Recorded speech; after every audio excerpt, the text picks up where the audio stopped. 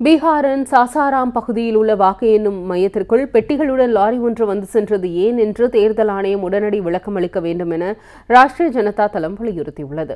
ராஷ்டிரிய ஜனதா தள கட்சியின் தலைவரும் இந்தியா கூட்டணி முதலமைச்சர் வேட்பாளருமான தேஜஸ்வி வெளியிட்டுள்ள சமூக வலைதள பதிவில், பீகார் மாநிலம் சாசரத்தில் நள்ளிரவில் பெட்டிகள் நிரப்பப்பட்ட ஒரு லாரி வாக்கு எண்ணும் மையத்திற்குள் நுழைந்தது ஏன் என்றும், தேர்தல் பாதுகாப்பு அதிகாரிகள் அந்த லாரியை ஏன் அனுமதித்தார்கள் என்றும் கேள்வி எழுப்பினார்.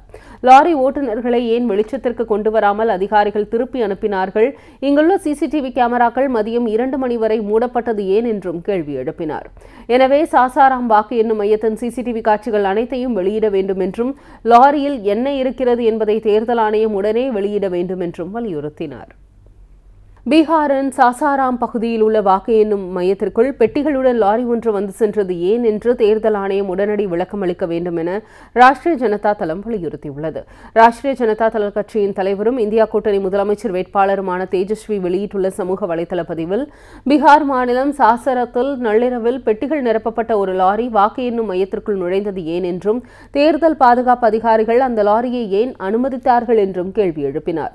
லாரி ஓட்டுநர்களை ஏன் வெளிச்சத்திற்கு கொண்டு வராமல் அதிகாரிகள் திருப்பி அனுப்பினார்கள்? இங்குள்ள சிசிடிவி கேமராக்கள் மதியம் 2 மணி வரை மூடப்பட்டது ஏன் என்றும் கேள்வி எழுப்பினார்.